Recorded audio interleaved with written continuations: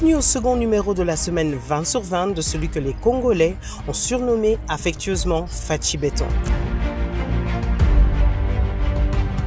C'est dans la région du Grand Équateur que Fachi 20 a entamé sa deuxième semaine d'itinérance électorale le dimanche 26 novembre dernier. En commençant par Zongo, il s'est ensuite rendu à Badolité, Mbandaka, pour terminer par Lissala, Bwende et Bumba. À Mbandaka, devant une marée humaine venue l'écouter, Fachi 20 a fait un bref bilan de son premier quinquennat, marqué par de grandes réformes dans divers domaines, notamment les infrastructures avec le programme de développement de 145 territoires, de la santé avec l'instauration en RDC de la couverture santé universelle, garantissant la gratuité de la maternité et des premiers soins du nouveau-né, ainsi que l'éducation avec la gratuité de l'enseignement primaire public. Le cap a ensuite été lancé sur Buta et Kisangani, où Fachi 20, toujours accompagné de son épouse Maman Denise, comme il aime le faire, communier avec son peuple. Ceux qui ont spolié une partie de la terre de la commune de Lubunga seront interpellés, a-t-il notamment indiqué au Boyomé.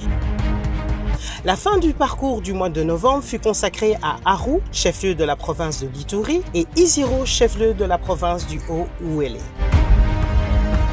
C'est à chaque fois devant une foule très nombreuse que Fachi Béton a notamment rappelé les actes primordiaux de sa campagne. Unité, sécurité, prospérité, mais également les 6 engagements majeurs de son programme. Plus d'emplois, plus de pouvoir d'achat, plus de sécurité pour tous, une économie plus diversifiée, plus compétitive, plus d'accès aux services de base et des services publics plus efficaces.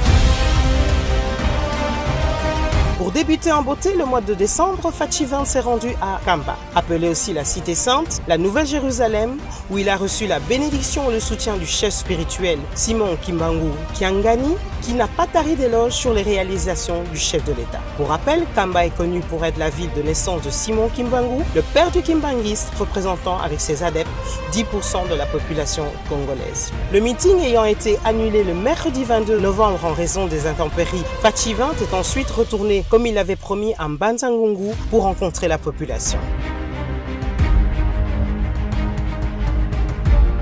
C'est à Kasangulu, toujours dans la province du Congo central, que Fachi 20 a terminé son itinérance ce jour-là.